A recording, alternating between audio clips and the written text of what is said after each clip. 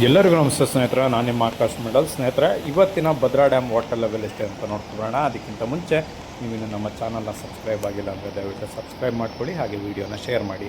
ಸ್ನೇಹಿತರೆ, ಇವತ್ತು ಅಂದರೆ 17 June 2026 Bhadra dam water level 136 ಅಡಿ 7 ಇಂಚು ಇರುವಂಥದ್ದು. ಇನ್ನು ಭದ್ರಾ ಡ್ಯಾಮ್ನ ಟೋಟಲ್ ಕೆಪಾಸಿಟಿ 186 ಅಡಿ.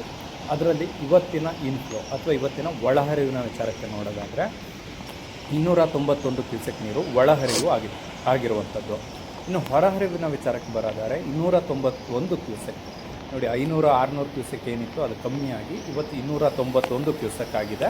ಇದು ಒಳ್ಳೆ ಸುದ್ದಿ ಅಂತಲೇ ಹೇಳ್ಬೋದು ವಾಟರ್ ಕನ್ಸರ್ವೇಷನ್ಗೆ. ಇನ್ನು ರೈಟ್ ಬ್ಯಾಂಕ್ ಚಾನಲ್ ಮೂಲಕ 80 ಕ್ಯೂಸೆಕ್ ನೀರು ಹೋಗ್ತಾ ಇದ್ದರೆ, ಲೆಫ್ಟ್ ಬ್ಯಾಂಕ್ ಚಾನಲ್ ಮೂಲಕ 50 ಕ್ಯೂಸೆಕ್ ನೀರು ಹೋಗ್ತಾ ಇದೆ.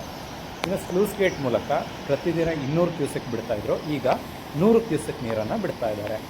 ಇನ್ನು ಆವಿಯಾಗಿ ಹೋಗುತ್ತಿರುವಂಥ ನೀರು ಎವಾಪ್ರೇಷನ್ ಆಗ್ತಿರುವಂಥದ್ದು 61 ಕ್ಯೂಸೆಕ್.